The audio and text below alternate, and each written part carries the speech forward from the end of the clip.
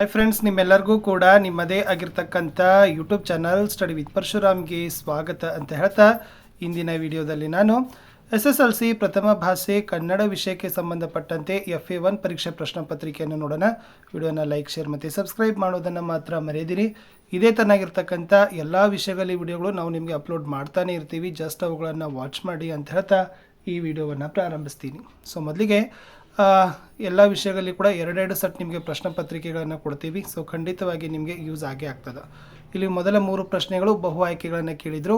ಮೊದಲ ಪ್ರಶ್ನೆ, ಕನ್ನಡ ವರ್ಣಮಾಲೆಯಲ್ಲಿರುವ ಮಹಾಪ್ರಾಣಾಕ್ಷರಗಳ ಸಂಖ್ಯೆ ಕೇಳಿದ್ದಾರೆ. A10, B13, C25, D9. ಸರಿಯಾದ ಉತ್ತರ A10. ಪ್ರಶ್ನೆ 2, ಕನ್ನಡ ಲೋಪಸಂಧಿಗೆ ಉದಾಹರಣೆಯಾದ ಪದವಿದು ಅಂತ ಕೇಳಿದರು. ಶಾಲೆಯಲ್ಲಿ ಮಗುವಿಗೆ ಊರೂರು ಮೇಲ್ವಾತು. ಸೊ ಲೋಪಸಂಧಿ ಊರೂರು. ಇನ್ನು ಮರದತ್ತನಿಂ ಪದದಲ್ಲಿರುವ ವಿಭಕ್ತಿ ಪ್ರತ್ಯಯದ ಹೆಸರು ಕೇಳಿದ್ದಾರೆ. A ಚತುರ್ಥಿ, B ಪಂಚಮಿ, C ಷಷ್ಠಿ, D ಸಪ್ತಮಿ. ಸೊ ಮರದತ್ತನಿಂ ಪದದಲ್ಲಿರ್ತಕ್ಕಂಥ ವಿಭಕ್ತಿ ಪ್ರತ್ಯಯ ಆಪ್ಷನ್ B ಪಂಚಮಿ ಇಸ್ ದ ರೈಟ್ ಆನ್ಸರ್. ಇನ್ನು ಒಂದು ವಾಕ್ಯದಲ್ಲಿ ಉತ್ತರವನ್ನು ಬಯಸ್ತಕ್ಕಂಥ ಪ್ರಶ್ನೆಗಳು 3 ಇದ್ದಾವೆ. ಪ್ರತಿ ಸರಿಯಾದ ಉತ್ತರಕ್ಕೆ 1 ಅಂಕ. 3 ಪ್ರಶ್ನೆ 3 ಅಂಕ. ಭಾಷೆ ಯಾವುದಕ್ಕೆ ಸಾಧನವಾಗಿದೆ ಅಂತ ಕೇಳಿದ್ದಾರೆ. ಉತ್ತರ, ನಮ್ಮ ಸುತ್ತಮುತ್ತಲಿನವರೊಡನೆ ವ್ಯವಹರಿಸುವುದಕ್ಕೆ ಹಾಗೂ ವಿಚಾರ ವಿನಿಮಯ ಮಾಡುವುದಕ್ಕೆ ಭಾಷೆ ಒಂದು ಅಮೂಲ್ಯ ಸಾಧನವಾಗಿದೆ. ಪ್ರಶ್ನೆ 5, ಹಕ್ಕಿಯು ಯಾವ ವೇಗದಲ್ಲಿ ಹಾರುತ್ತಿದೆ. ಉತ್ತರ, ಹಕ್ಕಿಯು ಎವೆ ತೆರೆದಿಕ್ಕುವ ಹೊತ್ತಿನೊಳಗೆ, ಅಂದರೆ ಕಣ್ಣುರೆಪ್ಪೆ ಮಿಟಿಕಿಸುವಷ್ಟು ಸಮಯದಲ್ಲಿ ಗಾವುದ ಮುಂದೆ ಹಾರುತ್ತಿದೆ. ಪ್ರಶ್ನೆ 6, ಯಾರಿಗೆ ವಸಂತ ಮುಖ ತೋರಲಿಲ್ಲ. ಕಮ್ಮಾರನಿಗೆ, ಕುಂಬಾರನಿಗೆ, ನೇಕಾರನಿಗೆ, ಕೇರಿಯ ಮಾರನಿಗೆ ವಸಂತ ಮುಖ ತೋರಲಿಲ್ಲ. ಇನ್ನು ನೆಕ್ಸ್ಟ್ ಏನಾಗಿತ್ತಪ್ಪ ಅಂದ್ರೆ 2 ಮಾರ್ಕರ್ ಕ್ವಶನ್ಸ್ 2 ಇದ್ದಾವೆ. ಪ್ರತಿ ಸರಿಯಾದ ಉತ್ತರಕ್ಕೆ 2 ಅಂಕ. 2 ಪ್ರಶ್ನೆ 4 ಅಂಕ. ಪ್ರಶ್ನೆ 7, ಹುಲಿಯು ಹಿಂದಿನಿಂದ ಹಾರಿ ಕೊಲ್ಲದಿರಲು ಕಾರಣಗಳೇನು. ಉತ್ತರ, ಯಾವ ನಾಡಿನಲ್ಲಿ ಶ್ರೀರಾಮನಂತ ದೊರೆಗಳು ಆಳಿದರು, ಭಗವದ್ಗೀತೆಯಂಥ ಗ್ರಂಥ ಉದ್ಭವಿಸಿತೋ ಆ ಭರತ ಭೂಮಿಯಲ್ಲಿ ಜನಿಸಿದ ಹುಲಿಗಳಾದರೂ ಅಧರ್ಮಕ್ಕೆಡೆ ಗೊಡುವುದುಂಟೆ. ಆದ್ದರಿಂದ ಭರತಖಂಡದ ಹುಲಿಗಳು ಹಿಂದಿನಿಂದ ಹಾರಿ ಕೊಲ್ಲುವುದಿಲ್ಲ, ಏಕೆಂದರೆ ಶತ್ರುಗಳಾದರೂ ಸರಿಯೇ ಬೆನ್ನು ತಿರುಗಿಸಿರುವಾಗ ಕೊಲ್ಲುವುದು ಧರ್ಮವಲ್ಲ. ಆದ್ದರಿಂದ ಹುಲಿಯು ಶಾನುಭೋಗರ ಬೆನ್ನ ಹಿಂದಿನಿಂದ ಹಾರಿ ಕೊಲ್ಲಲಿಲ್ಲ ಅಂತ ಬರೆದ್ರೆ ಸಾಕು.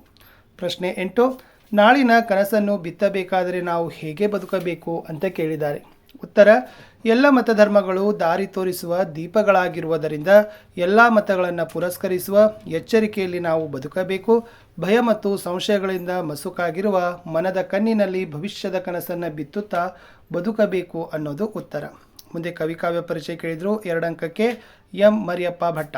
ಸೊ ಎಂ ಮರಿಯಪ್ಪ ಭಟ್ ಅವರ ಕಾಲ ಬಂದ್ಬಿಟ್ಟು 1906. ಸ್ಥಳ ಬಂದ್ಬಿಟ್ಟು ದಕ್ಷಿಣ ಕನ್ನಡ ಜಿಲ್ಲೆಯ ಪುತ್ತೂರು ತಾಲೂಕಿನ ಕಬಕ. ಇವರ ಕೃತಿಗಳನ್ನು ನೋಡೋದಾದರೆ ಕನ್ನಡ ಸಂಸ್ಕೃತಿ, ತುಳು ಇಂಗ್ಲಿಷ್ ನಿಘಂಟು, ಅಭಿನವ ಮಂಗರಾಜನ ನಿಘಂಟು, ಜಾತಕ ತಿಲಕಂ, ಛಂದಸ್ಸಾರ. ಇವರಿಗೆ ಸಿಕ್ಕಿರ್ತಕ್ಕಂಥ ಪ್ರಶಸ್ತಿಗಳು ಕರ್ನಾಟಕ ಸರ್ಕಾರದ ಪುರಸ್ಕಾರ, ಸಾಹಿತ್ಯ ಅಕಾಡೆಮಿ ಪ್ರಶಸ್ತಿ ಲಭಿಸಿದೆ ಅಂತ ಬರೆದ್ರೆ ಸಾಕು. ಇನ್ನು ಗಾದೆ ಮಾತನ್ನು ಕೊಟ್ಟಿದ್ರು. 2 ಗಾದೆ ಮಾತಿದ್ದಾವೆ. ಮೊದಲನೇದು ಕೈ ಕೆಸರಾದರೆ ಬಾಯಿ ಮೊಸರು, 2ನೇದು ಕುಂಬಾರನಿಗೆ ವರ್ಷ ಧ್ವನ್ಯಗೆ ನಿಮಿಷ. 2 ತುಂಬ ನೀಟಾಗಿ ಅವುಗಳನ್ನು ಬರೀರಿ. ಸೊ ಫಸ್ಟಾಗಿ ಪೀಠಿಕೆ ಬರಬೇಕು. ಗಾದೆ ಸುಳ್ಳಾದರೂ SF, ವೇದ ಸುಳ್ಳಾದರೂ ಗಾದೆ ಸುಳ್ಳಾಗದು. ಗಾದೆಗಳು ಹಿರಿಯರ ಜನರ ಜೀವನದ ನುಡಿಮುತ್ತುಗಳು. ಅವು ನಮಗೆ ದಾರಿದೀಪಗಳಾಗಿವೆ. ಸೊ ಅವು ಚಿಕ್ಕದಾಗಿದ್ದರೂ ಕೂಡ ಗಾತ್ರದಲ್ಲಿ ಬಹಳಷ್ಟು ಹೇರಳವಾದ ವಿಶಾಲವಾದ ಅರ್ಥವನ್ನು ಅದೇ ತುಂಬಿಕೊಂಡಿದ್ದಾವೆ ಅಂತ ತಿಳ್ಕೊಂಡು ಅದರ ಮಹತ್ವವನ್ನು ಬರೀರಿ. ಆಲ್ರೆಡಿ ಒಂದು ವಿಡಿಯೋ ಹಾಕಿದ್ದೆ. ಸೊ ಮತ್ತೆ ನಿಮಗೆ ಅದನ್ನು ಕೂಡ ನಾನು ನಿಮಗೆ ಕೊಡ್ತೀನಿ. ಇನ್ನು ಸಂದರ್ಭ ಇದೆ. ಸೊ 1 ಪ್ರಶ್ನೆ 2 ಅಂಕಕ್ಕೆ ದೇವರೇ ಮರ ಹತ್ತುವಷ್ಟು ಅವಕಾಶ ಕರುಣಿಸು. ಏನು ಬರಿಬೋದಂದರೆ ಆಯ್ಕೆ, ಈ ವಾಕ್ಯವನ್ನು ಶ್ರೀ AN ಮೂರ್ತಿರಾವ್ ಅವರು ಬರೆದಿರುವ ಸಮಗ್ರ ಲಲಿತ ಪ್ರಬಂಧಗಳು ಕೃತಿಯಿಂದ ಆಯ್ದ ವ್ಯಾಘ್ರಗೀತೆ ಎಂಬ ಗದ್ಯಪಾಠದಿಂದ ಆರಿಸಲಾಗಿದೆ. ಸಂದರ್ಭ, ಮದಲಿಂಗನ ಕಣಿವೆಯ ದಾರಿಯಲ್ಲಿ ಹುಲಿಯ ಆಕ್ರಮಣದಿಂದ ತಪ್ಪಿಸಿಕೊಳ್ಳಲು ಶಾನುಭೋಗರು ಖಿರದಿ ಪುಸ್ತಕವನ್ನು ಹುಲಿಯ ಮುಖದ ಮೇಲೆ ಎಸೆದು ಮರದ ಕಡೆಗೆ ಓಡಿದ ಸಂದರ್ಭದಲ್ಲಿ ಈ ಮಾತು ಹೇಳ್ತಾರೆ. ಸ್ವರಶ, ಸಂಕಟ ಬಂದಾಗ ವೆಂಕಟರಮಣ ಎಂಬಂತೆ ಈ ಶಾನುಭೋಗರು ಹುಲಿಯಿಂದ ತಪ್ಪಿಸಿಕೊಳ್ಳಲು ಅವಕಾಶ ಮಾಡಿಕೊಡು ಎಂದು ದೇವರನ್ನು ಪ್ರಾರ್ಥಿಸುವುದು ಬಹು ಸ್ವಾರಸ್ಯಕರವಾಗಿ ಮೂಡಿಬಂದಿದೆ. ಇನ್ನು ಪದ್ಯಭಾಗ ಪೂರ್ಣ ಮಾಡಬೇಕು. 2 ಪ್ರಶ್ನೆಗಳಿದ್ದಾವೆ. 2ರಲ್ಲಿ 1ನ್ನು ನೀಟಾಗಿ ಬರೀರಿ.